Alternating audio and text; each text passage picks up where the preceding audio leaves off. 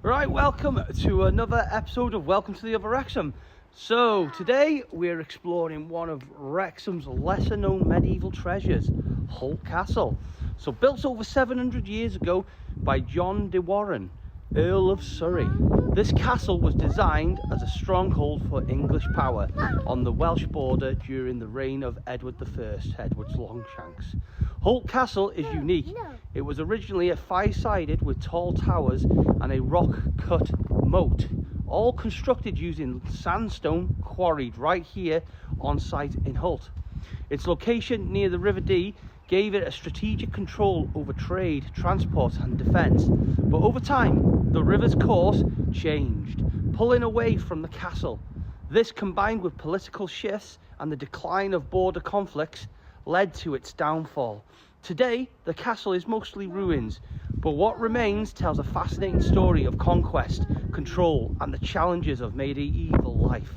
So let's step back in time, uncover the secrets of Holt Castle, and explore how it fits into Wrexham's rich history of fortifications. Let's go and have a little explore then.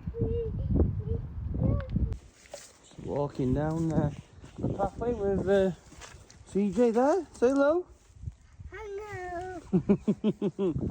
This is the way to Holt Castle. So, Holt Castle, built in the 1200s but finished in the 1300s, was a castle, one of the castles of Edward Longshanks, who obviously put political control over us Welsh. So again, this is on the east side of Wrexham, the castle. So it's one of the many castles that Wrexham had. But whatever they were trying to keep in, we don't know, but you'll see once we get closer to the castle, you'll see its design and how it used to possibly look and how it looks today.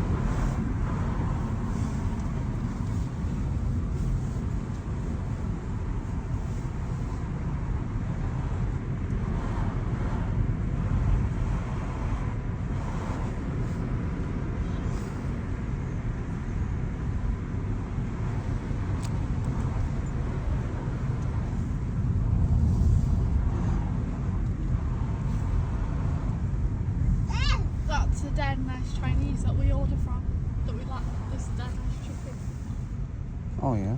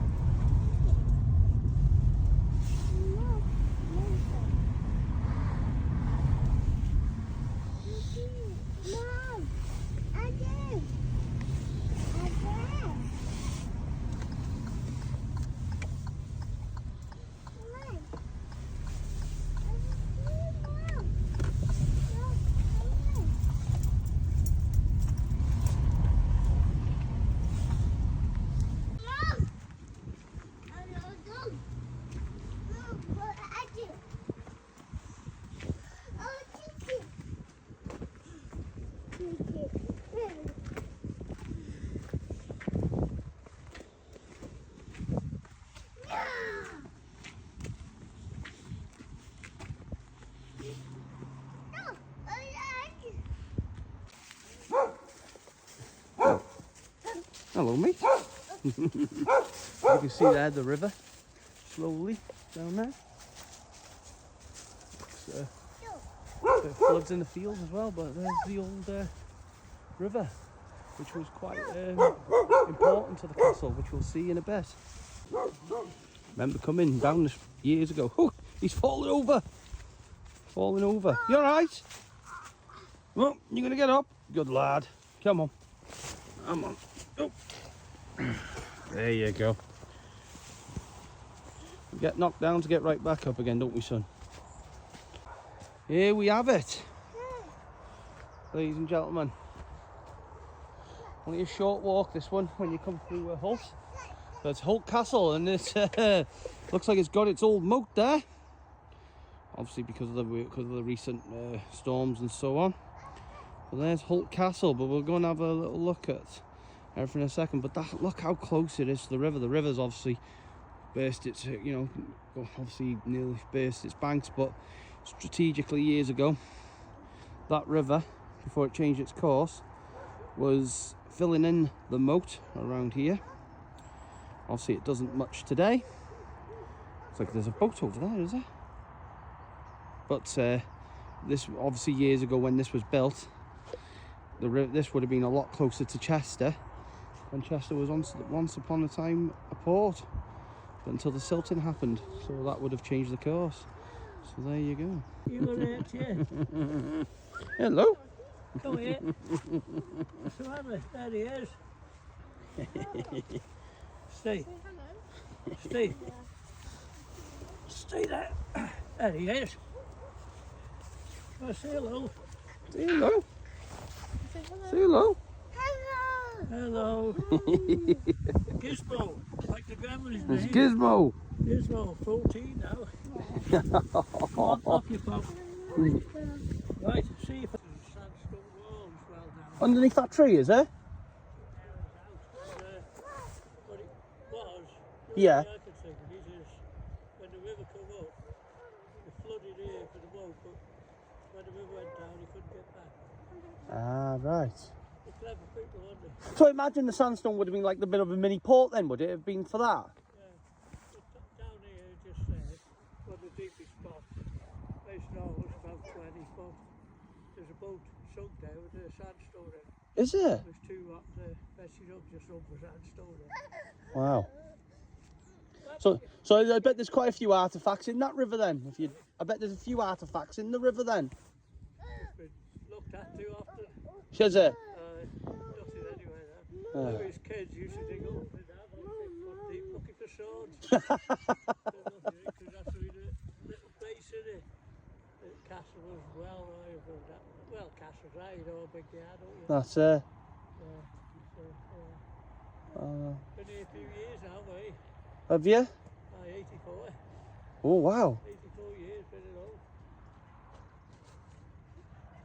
all. You don't look 84, I'll give you that. Well, 92 did you say? Yeah, definitely. You mind them nettles? You mind the nettles? Who's this? It's Gizmo. Gizmo. He's talking about the river there. Oh, hello. Apparently there's a boat sunk in there years ago. You can see how it's burst its banks. Morgan Churchill. Right. And what was your name, sir? Reg, Reg, Reg, it's lovely to meet you. Hi. See you soon, Reg. in relation to the man in the wall, are you? What's that? No, In relation to Winston Churchill? No, no. no, I no, don't no. think so. See you now. Bye. See you soon. Just having a talk with one of the locals, and absolutely lovely lad. He's 84. He been here years. He says he what is he involved with? The fishing club, is it? Yeah. Fishing club. Right. So this was what Holt Castle would have looked like in its heyday. All right. So again, like girly, there's a QR code there. If you screenshot that, probably tells you a little bit more of the detail. But it says here, "Welcome to Holt Castle." There you go. There's Holt Castle, and there was the river, as we said. The stonework in front of you. In front of you is all from the remains of an impressive castle that once dominated the village of Holt. The 5-sided castle had round towers at each corner and was protected by a moat and the River Dee. Obviously the River Dee's changed its course over the time. In 1282, Edward I, that's Longshanks, King of England, gave this part of Wales to John de Warenne, a powerful baron and military campaigner. De Warenne chose this spot close to a strategic river crossing as the location to build his castle. Its role was to be a power base from which he could control his newly conquered territory. The castle was completed by 1311 and proved impregnable. King Richard III made the castle his personal treasure house in 1398 because it was so secure. The forces of Owain Glyndwr failed to capture the castle during the uprising against Henry, I think that's the 5th. 2 centuries later, during the Civil War, the castle garrison only surrendered to Parliament after withstanding a siege for 11 months. The castle finally fell, not to an enemy, but to Thomas Grosvenor, who'd shipped much of his dressed stone downstream to help build his new mansion near Chester, which is, if I remember rightly, Eaton Hall. Okay, so that's where we are. Come on to this. So we've got here the postern gate was later replaced by a water gate with a secure access channel to the River Dee. Historians can't be sure who built it. Perhaps it was Richard II, wanting an escape route in times of trouble. As you can see the moat, so obviously there's a bit more. Hello, you okay? I'm listening, sorry. Yeah, sorry. Documenting we are. Yeah, fair enough. This artist's impression shows Holt Castle from the northeast, 1325. So we can see it's five towers. 1, 2, 3, 4. Must be 5 in there. The stone lion, okay, above the entrance gate gave the castle its original name, the Castle of the Lion, Castrum Leonis in Latin, and Chastelian in medieval English documents. So this small tower controlled access to the inner drawbridge. It provided an additional layer of security in the event of an attack. And in 2014, excavations revealed dressed stone at the base of this tower. So that's what that board's saying. There's another board over there. I suppose let's go and have a little explore of the castle. All right, so as we make our way now. No, this way. Where are you going? Where's he going? No. Yeah, we gotta, he's like a Tasmanian devil. Baby baller. So we're making our way to the castle. As you can see, it looks like the old moat is back. Clearly it isn't really, because obviously there's no access to the river. But obviously this would have been all filled in with water. And you can see how it goes quite high up. But there's a board there. We'll have a look at what that has to say in a minute. Look at that wall there. It must have, that's obviously they chiselled out for the castle, but this is just a board. So this would have been all this area where a drawbridge was. Okay.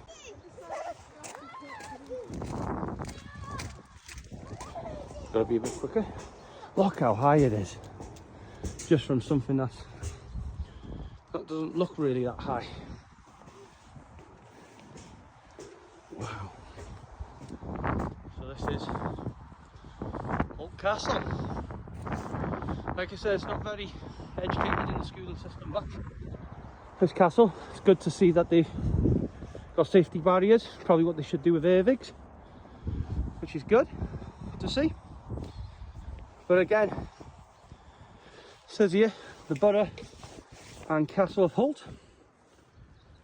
So another tower, the goldsmith's tower, the glazers, not the glazers we know of, the kitchen tower and the chapel tower, as you can see. So it must have been a bit of a walled town at one point. And then the checker tower. So it says here, you are standing just above the 15th century cobbled floor of the castle's inner courtyard. At this height, it is clear how the castle once dominated the village and the surrounding countryside. The village was laid out in a grid pattern to the north of the castle and was home to English people attracted by the privilege of being a burgess in the new town. The Welsh were initially forced to live outside the village, although by 1391 nearly half the residents of Holt were Welsh. Okay, as you can see.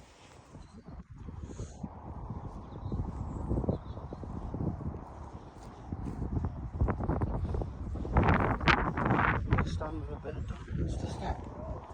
Quite a good drop.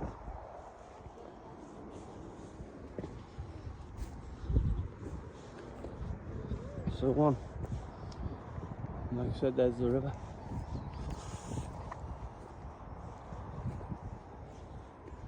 It's amazing all this earthwork that has been put on, considering it was meant to be the courtyard.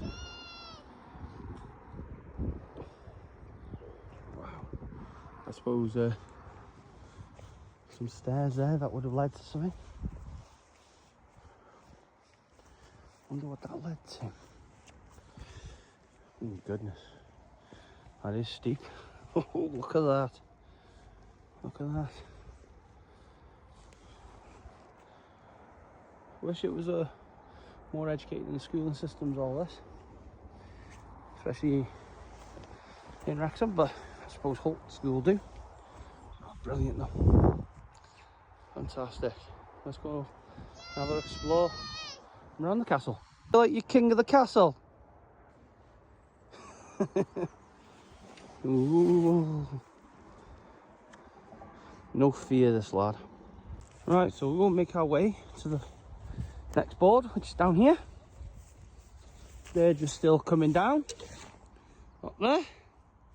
Let's see the castle from here as well. So we'll try and see it from different angles. But we'll just come back when we get to there. Wow, look at that stone work. Tree roots in there, look at that. It's impressive. So it's all sandstone, this is. Sandstone. Castle was originally a sandstone castle. I'll just pop that there. So, what's this? Holt Castle, then and now, sorry. So, Holt Castle is unusual in that the landscape was shaped to the design of the castle. Castles were usually designed to exploit the existing landscape. Okay, as you can see. Here at Holt Castle, the castle's construction workforce, generally labour brought in from England, quarried back the sandstone cliffs, as you can see, okay, to create a defensive ditch and to provide building stone. The five-sided plinth they deliberately left in the middle served as the base of the castle. The inner courtyard and the castle entrance were roughly level with the village, so the towers must have been visible for miles around. The castle was undoubtedly the biggest building in the area. John de Warne, the 7th Earl of Surrey, had fought campaigns in Scotland and France as well as in Wales. He had besieged castles and been besieged inside them. He knew how to design the perfect castle and was well aware of James of St George's plans for Edward's first castles in North Wales. The result, after 20 years of intermittent construction work, can't say that word, was an impregnable fortress ideal for absentee landlords such as the Earls of Surrey. Couldn't have been that strong, because the castle's in more ruins than in comparison to the likes of Carnarvon, but still grand old castle. So 2013 excavation revealed the position of the Barbican Tower. You are currently standing in the moat, which has silted up since medieval times. Originally it was much deeper, as it says there. You're there, okay. Archaeologists located the base of this tower during the 2013 excavation, and further trenches revealed the rough line of the outer curtain wall. These discoveries helped to indicate the size of the castle's living accommodation. The moat still floods, as we've seen, in winter times, when the Dee often breaks its banks. Well, it must have been, you know what fascinates me is how impressive this castle must have looked in comparison to what it was. It's so much like this, the guy was saying earlier, they must be 5 times taller than that tree. Oh, you okay? He's just fallen over again. You are looking at the inside walls, not the outside walls of the castle. And in 1495, those few steps led down from the inner courtyard in the wine to the wine cellar. And yeah, that's from this angle. So we're going to have a look from the other angle over there. Get to the other board, and then we're done. Just heard some bangs. I've heard them in the background. Some birds moved. Oh, you can hear the bangs. Well, this is what the castle looked like from this side. You can see. We'll walk around that way now.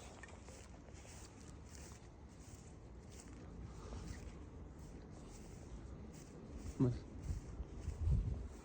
you can see, it's a massive wall, but again, when they said this castle was, yeah, this castle was massive. Wow. It's just such a shame that they've not left it in the state that we would have all loved to have seen it. But this moat was massive. Look at it.